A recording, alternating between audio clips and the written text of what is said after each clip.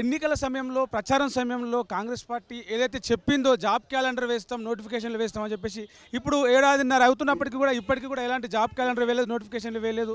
నిరుద్యోగులందరూ కూడా మాకు job calendar వేయాలి, నోటిఫికేషన్ వేయాలని చెప్పేసి డిమాండ్ చేస్తూ ఇందిరా పార్క్ ధర్నా చౌక్ దగ్గర ఇక్కడ భారీ ఎత్తున వాళ్ళు ధర్నా చేస్తా ఉన్నారు. మనం కొంతమంది నిరుద్యోగులతో మాట్లాడే ప్రయత్నం చేద్దాం. చెప్పండి బ్రదర్, అంటే ఏం డిమాండ్ చేస్తున్నారు మీరు ప్రధానంగా? మేమేం డిమాండ్ చేస్తలేమన్నా, కాంగ్రెస్ మేనిఫెస్టో ఇచ్చిన ప్రకారం జాబ్ క్యాలెండర్ విడుదల చేయాలని డిమాండ్ చేస్తున్నాము. అదేవిధంగా ఆ రోజు ఎస్సీ వర్గీకరణ అని చెప్పి జాబ్ నోటిఫికేషన్ ఆపేశారు. ఎస్సీ వర్గీకరణ అయిపోయి కూడా దాదాపు 3 నెలలు అయిపోయి 4వ నెల నడుస్తుంది. అయినా కానీ జాబ్ నోటిఫికేషన్ ఇస్తే ఏమవుతుంది? మీకు మీరిచ్చిన హామీనే కదా, మీరిచ్చిన నోటిఫికేషనే, మీరిచ్చిన జాబ్ క్యాలెండరే. కాబట్టి ఇస్తే ఏమవుతుంది?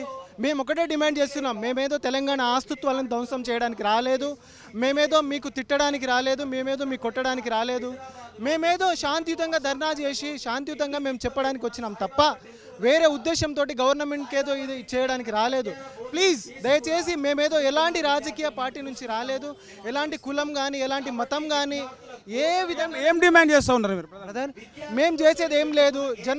రేపు జూన్ 2వ తారీఖు నాడు మాకిచ్చిన జూన్ 2వ తారీఖు నాడు మాకు కృతజ్ఞతగా తెలంగాణ అవతరణ దినోత్సవం సందర్భంగా ఆల్రెడీ ఇచ్చిన జాబ్ నోటిఫికేషన్ని, ఆల్రెడీ ఇచ్చిన జాబ్ క్యాలెండర్ని ఇంప్లిమెంట్ చేయాలి. ఆ రోజు నుంచైనా ఇంప్లిమెంట్ చేస్తాను మా ప్రధాన ఎజెండా.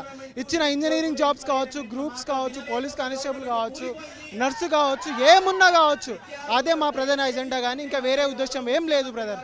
Thank you. మరో నిరుద్యోగి మనతో పాటు ఉన్నాడు. గతంలో ఎస్ఐ కానిస్టేబుల్ సంబంధించిన ఉద్యోగ ప్రయత్నాలు కూడా చేసిన ఆయన. ఏం డిమాండ్ చేస్తూ ఉన్నారు మీరు ప్రధానంగా? ప్రధానంగా మీ అందరికీ మేము తెలుసు, జియో నంబర్ 46 వల్ల గ్రామీణ ప్రాంత నిరుద్యోగులు ఎంత నష్టపోయారో మీకు తెలుసు. అంటే మెరిట్ స్కోర్ తెచ్చి కూడా మేము ఉద్యోగం కోల్పోయినాము. దేనివల్ల అంటే జియో నంబర్ 46 వల్ల. ఎందుకంటే హైదరాబాద్లో హై పాపులేషన్ ఉంటారు కాబట్టి పాపులేషన్ బేస్గా ఆ నోటిఫికేషన్ ఇవ్వడం వల్ల మేము చాలా అన్యాయం జరిగింది. కాబట్టి ఇప్పుడు మేము గతంలో ఉన్నటువంటి నోటిఫికేషన్లో ఉన్నటువంటి సమస్య ఇక్కడ లేవంతరం రాలేదు. సరే, మేము ఆ కేసు మాది సుప్రీంకోర్టులో జరుగుతుంది, అది మేము బాధలు పడతాం. కానీ ఇప్పుడు రాబోయే కొత్త నోటిఫికేషన్లో ఎస్ఐ అండ్ కానిస్టేబుల్ అంటే దాదాపుగా 15,000 పైచీలకు పడతాయి అనమాట. సో ఈసారైనా ఈ జియో నంబర్ 46 అనేది తీసేస్తున్నట్టుగా మాకు వాళ్ళు అఫీషియల్గా ఒక ప్రెస్ నోట్ ఇస్తే మాకు కూడా ఒక భరోసా ఉంటుంది. సో ఇప్పటిదాకా కూడా వాళ్ళు స్పష్టత మాకు ఇవ్వట్లేదు. మా బాధ ఏంటంటే ఆల్రెడీ నోటిఫికేషన్ ఇష్యూ ఒకసారి అయిందనుకో, తర్వాత మళ్ళీ ఆ జియోని తీసేయడం అనేది అసంభవం. కాబట్టి ఆ నోటిఫికేషన్ ఇచ్చే ముందే ఈ జియో నంబర్ 46 అనేది మేము ఇంప్లిమెంటేషన్ చేయట్లేదు. ఆ జియో నంబర్ 46 రద్దు చేస్తున్నాము. కాబట్టి ఈసారి 2016లో 18లో ఏ విధంగా అయితే ఈ టీఎస్ఎస్పీ బెటాలియన్ జాబ్లు స్టేట్ వైడ్గా ఉన్నాయో అదేవిధంగా మేము ఇస్తున్నామని చెప్తే మాకు కూడా ఒక కన్ఫర్మేషన్ వస్తుందన్నమాట. సో తద్వారా మేము ఆ జాబ్కి అప్లై చేసి మేము మా యొక్క ప్రయత్నం మేము చేస్తాం. లేదు, జియో నంబర్ 46ని మళ్ళీ కనుక ఈసారి ఇంప్లిమెంటేషన్ చేస్తే ఎవరు కూడా ఉద్యోగానికి అప్లై చేసేటువంటి పరిస్థితి ఉండదు. ఎందుకంటే నేనేదో మాటలు చెప్పట్లేదు, మీరు చూస్తారనమాట. సో ఎందుకంటే ఇప్పటికీ మేము చాలా డబ్బులు పెట్టుకొని మళ్ళీ మా సోదరులంతా కూడా అక్కడ చిక్కడపల్లిలో కానీ ఇక్కడ దిల్సునగర్లో కానీ మొత్తం వాళ్ళు చదువుకుంటూ ఉన్నారు.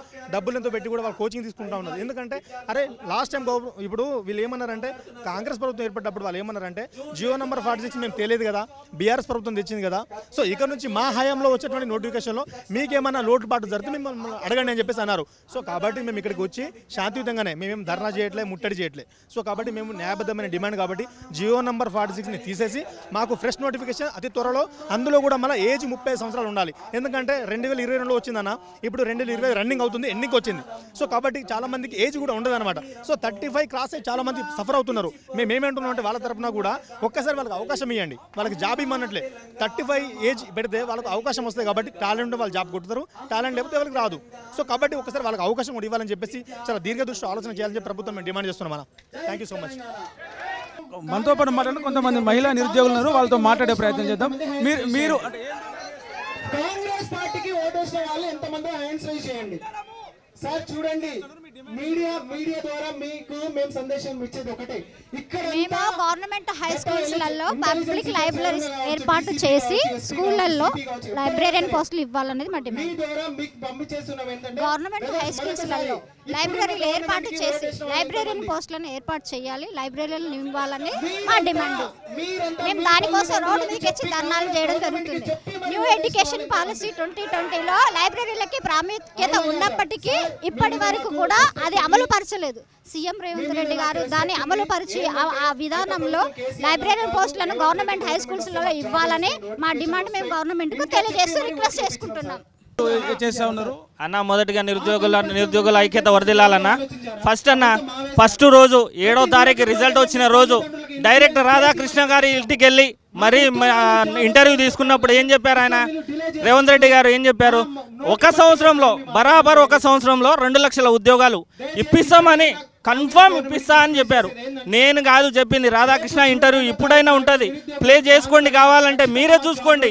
2 లక్షల ఉద్యోగాలు ఒక సంవత్సరం. మాకు 2 లక్షలు వద్దండి, సంవత్సరానికి 50,000 ఉద్యోగాలు ఇస్తే అసలు గగనం. మీకు రోజు వందనాలు పాలాభిషేకం చేస్తాం. సంవత్సరానికి 50,000 ఉద్యోగాలు ఇవ్వండి, అంతకు మించి మాకు ఏం అవసరం లేదు. మీరు చెప్పిన మాటమే, మీరు చెప్పే మమ్మల్ని మోసం చేశారు. 1,60,000 ఉద్యోగాలు ఇచ్చినామంటారు. ఎప్పుడు ఇచ్చారండి 1,60,000 ఉద్యోగాలు? ఒక్క ప్రూఫ్ చూపించండి 1,60,000 ఉద్యోగాలు ఇచ్చి ఉంటాయి. అసలు మీరు ఏం మాట్లాడుతున్నారో మీకైనా ఉండాలి. అసలు అప్పు చేస్తేనేమో మీరు పాజిటివ్ నెగిటివ్ అంటున్నారు, వాళ్ళు ఇచ్చిన నోటిఫికేషన్లేమో మీకు పాజిటివ్గా నేర్పించుకుంటాను. ఇదేనా న్యాయం? అంటే ఇదేనా కొంచెం ఆలోచించి నోటిఫికేషన్లు ఇప్పుడైనా రిలీజ్ చేయండి. నోటిఫికేషన్ రేవంత్ రెడ్డి ఎలక్షన్ల ముందల రాజకీయ నాయకుల మాటలు కాకుండా మాకు చెప్పిన ప్రొఫెసర్లు కోదండరామ్ సార్ కానీ, ఆకునూరు మురళి సార్ కానీ, చికటపల్లి లైబ్రరీ కానీ వచ్చి ప్రచారం చేసి దసరా హాలిడేస్లలో మీరు వెళ్ళి ప్రచారం చేయండి, టీఆర్ఎస్ ప్రభుత్వం మోసం చేసింది, కాంగ్రెస్ ప్రభుత్వం వస్తే మాకు నోటిఫికేషన్లు వస్తాయని చెప్పి ఆనాడు ప్రచారం చేసి మాకు ఇంటింటికి ప్రచారం చేసి ముందు నుండి సాగించారు. ఈరోజు ఇప్పటికీ నోటిఫికేషన్లు లేవు. జాబ్ క్యాలెండర్ ప్రకారం జనవరి నుంచి స్టార్ట్ కావాలి. ఇప్పటి వరకు ఏ క్యాలెండర్ ఏ జాబ్ నోటిఫికేషన్ లేదు. అయినప్పటికీ ఇప్పుడు ప్రొఫెసర్ కోదండరామ్ కానీ, ఆకునూరు మురళి సార్ కానీ వీళ్ళంతా ఎక్కడ వెళ్ళినట్టు వాళ్ళు మమ్మల్ని ముందుండి నడిపించి ఇప్పుడు వాళ్ళ పదవిని దక్కసరికి వాళ్ళు ఎంకాడికి ఎందుకు వేస్తున్నారు? ఇప్పుడు అంటే రిటైర్మెంట్ అయ్యేసరికి వాళ్ళకు పదవి వచ్చినప్పటికీ వాళ్ళు సైలెంట్గా ఉన్నారు. మా ఉద్యోగాల నోటిఫికేషన్లు ఎక్కడ పోవాలి?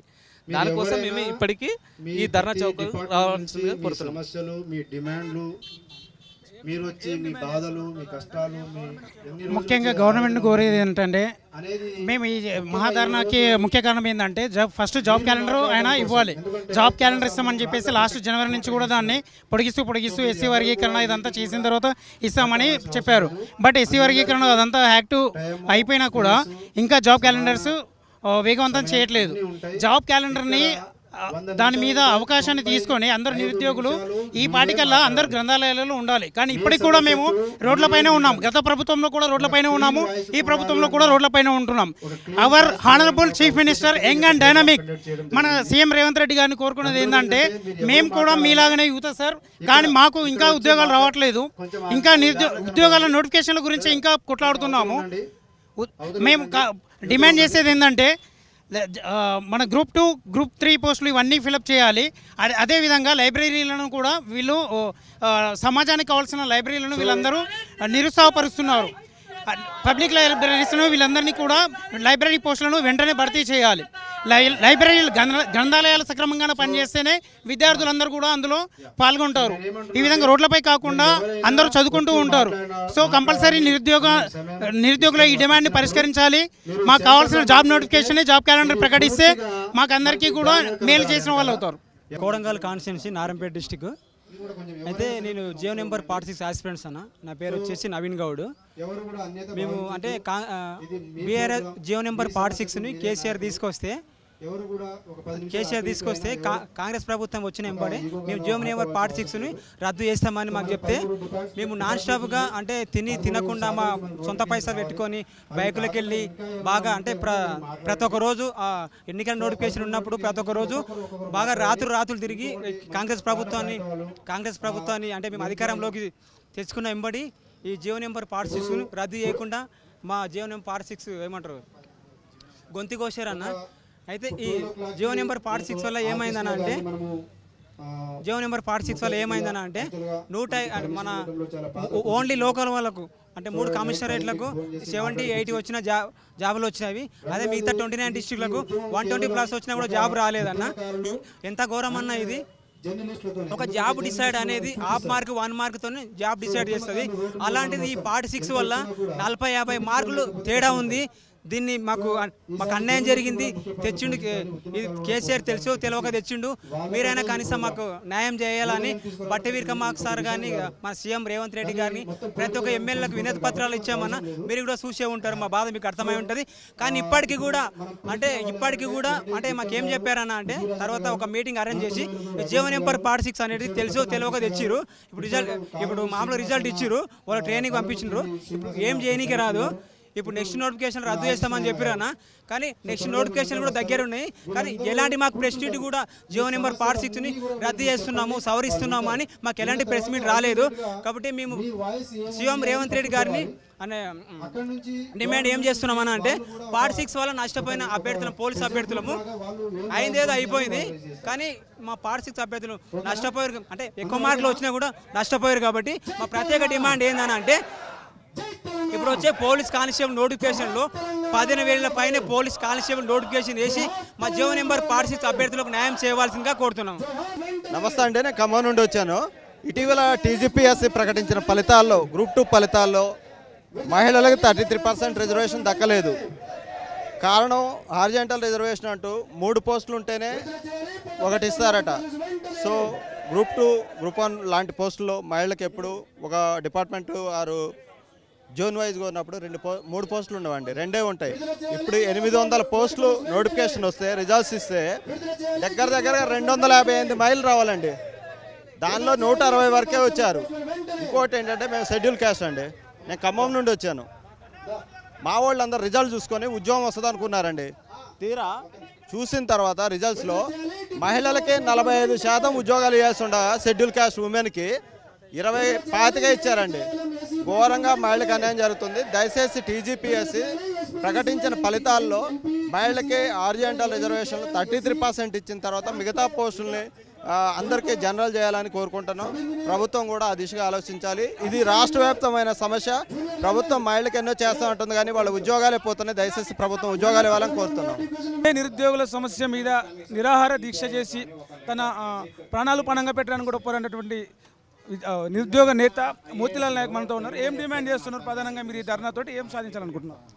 ఒకటి, మాకు ఈ పర్మిషన్ ఇచ్చినందుకు గవర్నమెంట్కి, ముఖ్యంగా మేము పోలీస్ డిపార్ట్మెంట్కి మేము ధన్యవాదాలు తెలుపుకుంటా ఉన్నాం. మాది ఒకటే కన్సర్న్ ఏంటంటే మేము అలసిపోయినాం. యాక్చువల్గా 11 సంవత్సరాలు అయింది.